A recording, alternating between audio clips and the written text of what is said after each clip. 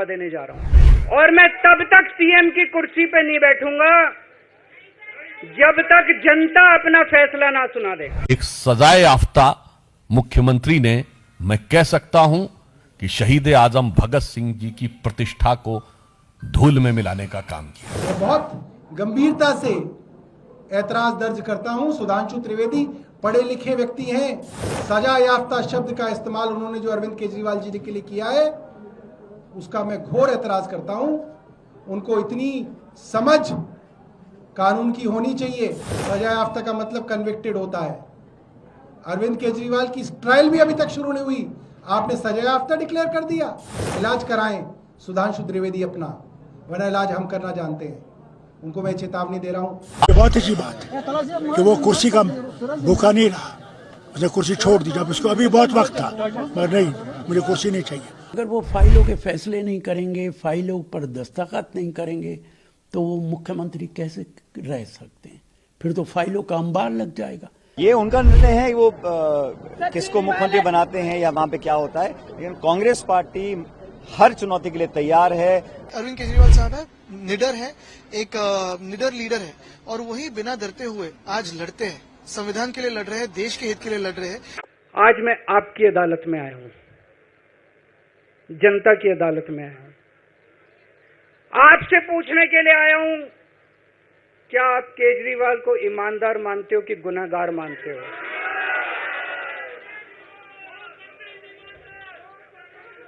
मैं दिल्ली की जनता से पूछना चाहता हूं, मैं देश की जनता से पूछना चाहता हूं कि क्या केजरीवाल ईमानदार है कि गुनहगार है? दोस्तों, 2 दिन के बाद, आज से 2 दिन के बाद मैं सीएम की कुर्सी से इस्तीफा देने जा रहा हूं।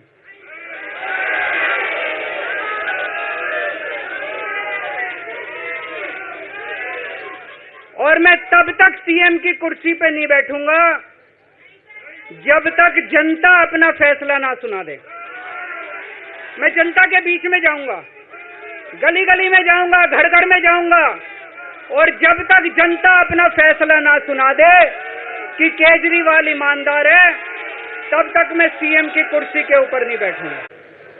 जब भगत सिंह जेल में थे आज से 90-95 साल पहले, उन्होंने जेल के अंदर अपने लेख लिखे थे और जेल के अंदर से उन्होंने बाहर कई लोगों को खत लिखे थे।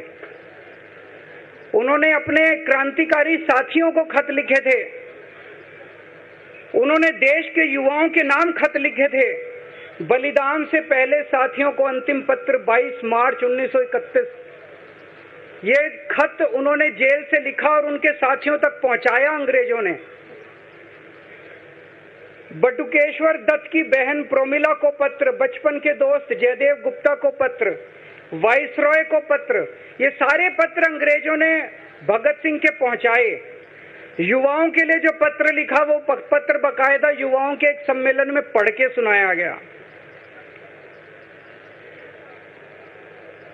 भगत सिंह की शहादत के 95 साल बाद आजाद भारत के अंदर एक क्रांतिकारी मुख्यमंत्री जेल गया।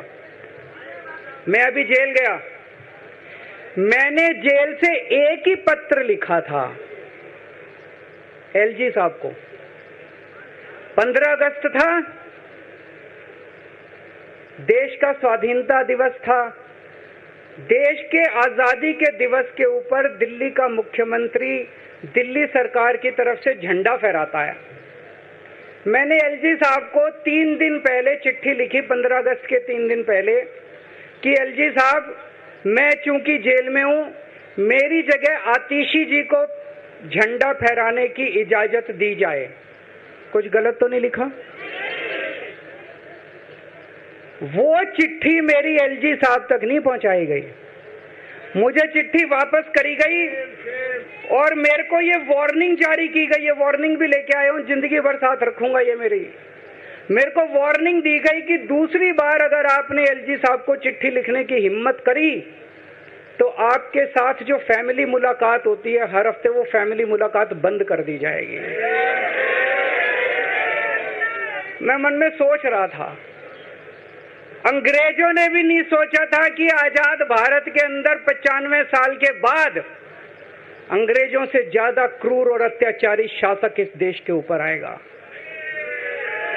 आज भगत सिंह जी से तुलना कर रहे हैं। आपको याद हो पहले भी जब इन लोगों ने भगत सिंह जी की फोटो लगाई थी तो भगत सिंह जी के परिवार की तरफ से भी आपत्ति आई थी।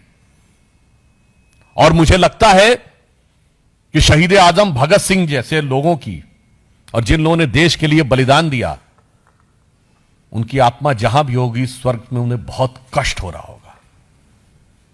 ये वही देश है जिसके लिए राणा प्रताप ने घास की रोटी खाई, जिसके लिए रण में कूदी रानी लक्ष्मीबाई, जिसके लिए भगत सिंह ने फांसी गले लगाई, इसलिए कि एक भ्रष्टाचार का आरोपी गुनहगार आज उनके नाम का उपयोग करे।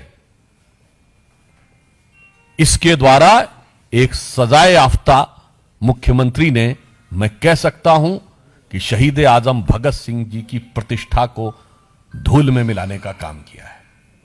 यह आपत्तिजनक है, भर्त्सना योग्य है और पीड़ादायक भी है। अरविंद केजरीवाल कहते हैं कि तमाम आरोपों के बावजूद,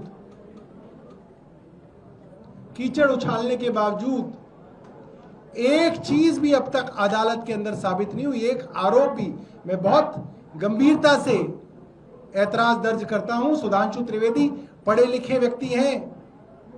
सजा याफ्ता शब्द का इस्तेमाल उन्होंने जो अरविंद केजरीवाल जी के लिए किया है, उसका मैं घोर ऐतराज करता हूं। उनको इतनी समझ कानून की होनी चाहिए, इतने पढ़े लिखे वो होने चाहिए। वो एक मेंबर ऑफ पार्लियामेंट हैं। सजा याफ्ता का मतलब कन्विक्टेड होता है। अरविंद केजरीवाल की ट्रायल भी अभी तक शुरू नहीं हुई, आपने सजा याफ्ता डिक्लेयर कर दिया। इलाज कराएं सुधांशु त्रिवेदी अपना, वरना इलाज हम करना जानते हैं। उनको मैं चेतावनी दे रहा हूं, अपनी जुबान संभाल के बात करा करें।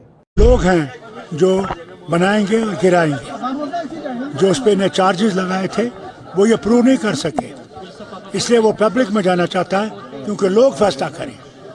और ये बहुत अच्छी बात है कि वो कुर्सी का भूखा नहीं रहा, उसने कुर्सी छोड़ दी जब उसको अभी बहुत वक्त था, मगर नहीं, मुझे कुर्सी नहीं चाहिए, मुझे लोगों का एतमाद चाहिए। ये बहुत बड़ी चीज़ है जमहूरियत में। सुप्रीम कोर्ट ने जो उनको जमानत दी है वो कंडीशनल है।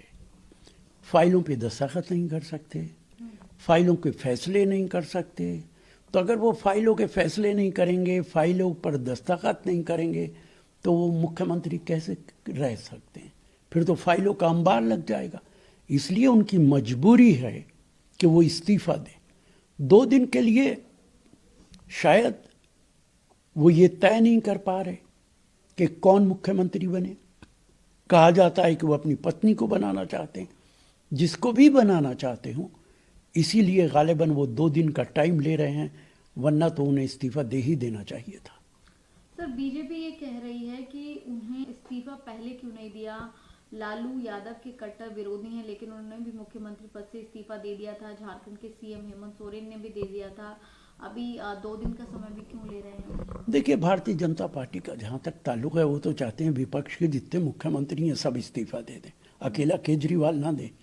ये तो सत्ता के भूखे लोग हैं और ये विपक्ष के नेताओं पर सिर्फ हमला करते हैं, बजाय इसके कि आप सत्ता में हैं, आप भारत सरकार आपके पास है, बहुत सारे प्रांतों में सरकार है, आप जनता के काम करें, विकास के काम करें। वो सब ना करके सिर्फ विपक्ष पे हमला बोलते हैं। ये उनका निर्णय है, वो किसको मुख्यमंत्री बनाते हैं या वहां पे क्या होता है। लेकिन कांग्रेस पार्टी हर चुनौती के लिए तैयार है। राजनीतिक जो भी चैलेंज आएगा उसका डटकर मुकाबला करेंगे। हर राज्य में हरियाणा कश्मीर में चुनाव हो रहे हैं, दोनों राज्यों में हम सरकार बनाएंगे और दिल्ली में जो भी निर्णय होगा उसको मजबूती से कांग्रेस पार्टी आगे लड़ेगी। केंद्रीय एजेंसीज तो बीजेपी के ही ऑफिस से चलती है, और अगर आप देखें तो जो अरविंद केजरीवाल साहब है, निडर है, एक निडर लीडर है, और वही बिना डरते हुए आज लड़ते हैं, संविधान के लिए लड़ रहे हैं, देश के हित के लिए लड़ रहे हैं। वैसे ही सिसोदिया जी है, हमारे यहाँ सूरज चौहान अभी भी अंदर है, लेकिन वो भी लड़ रहे हैं। अनिल देशमुख जी हो, संजय राउत जी हो, जो लड़ रहे हैं देश के लिए, वो बिना डरे हुए दिखा रहे कि उनकी भी जो सीना है वो भी काफी मजबूत है। भारत देश की राजनीति में जो एक बदलाव आया है, जो एक बड़ा फैसला हुआ है, आज तक किसी मुख्यमंत्री ने ऐसी हिम्मत नहीं की है कि वो अपनी फिल्मों में जरूर देखा है, लेकिन रियल लाइफ में किसी मुख्यमंत्री ने अपने सीएम पद से इस्तीफा दे दिया सिर्फ इसलिए कि लोग बताएं कि मैं गुनहगार हूं, कि मैं ईमानदार हूं। और लगातार भाजपा ने उनको जेल में रखा इसीलिए कि आम आदमी पार्टी को तोड़ा जा सके, आम आदमी पार्टी की लीडरशिप को कमजोर किया जा सके। मनीष सिसोदिया जी, संजय सिंह जी, सभी को जेल में, पूरी की पूरी सीनियर लीडरशिप उन लोगों ने जेल में रखी। इस्तीफा मांगने की बात की जेल में, लेकिन इस्तीफा नहीं दिया। और अब बाहर आके लगातार जैसे एजेंसियां उन पे आरोप लगा रहे हैं, सत्ताधारी भाजपा उन पे लगातार आरोप लगा रही है कि इन्होंने भ्रष्टाचार किया है, बल्कि देश की सबसे भ्रष्ट पार्टी भाजपा रही है। देश की सबसे भ्रष्ट प्राइम मिनिस्टर नरेंद्र मोदी जी रहे हैं। देश का क्या हाल है, इकोनॉमी का क्या हाल है, ये सब जानते हैं। अभी अरविंद केजरीवाल जी ने बोला है कि देश की सबसे बड़ी अदालत ने मुझे जमानत दे दी है, जो कर सकती थी उस अदालत ने किया। लेकिन अभी सबसे एक और अदालत है, वो लोगों की अदालत है। लोगों की अदालत भगवान की अदालत होती है, सबके अंदर भगवान बैठा है। तो लोग बताएंगे आगे दिल्ली की इलेक्शन में कि मैं गुनहगार था कि ईमानदार हूं, और जब जिताएंगे उस वक्त मैं दोबारा मुख्यमंत्री की कुर्सी पे बैठूंगा। और अभी वो 2 दिन के बाद मुख्यमंत्री की कुर्सी से इस्तीफा दे रहे हैं। अरविंद केजरीवाल पर कोई भ्रष्टाचार साबित नहीं हुआ है। वो जेल में गए थे, 6 महीने जेल के अंदर रहे और वहां रह करके मुख्यमंत्री पद का कार्यभार संभालते रहे। अब बाहर आकर के सुप्रीम कोर्ट के आदेश के पालन में वो अपने पद से इस्तीफा देंगे और किसी अच्छे पार्टी के नेता को प्रदेश का मुख्यमंत्री बनाएंगे। लेकिन अरविंद केजरीवाल आम आदमी पार्टी के संयोजक और मुखिया रहेंगे।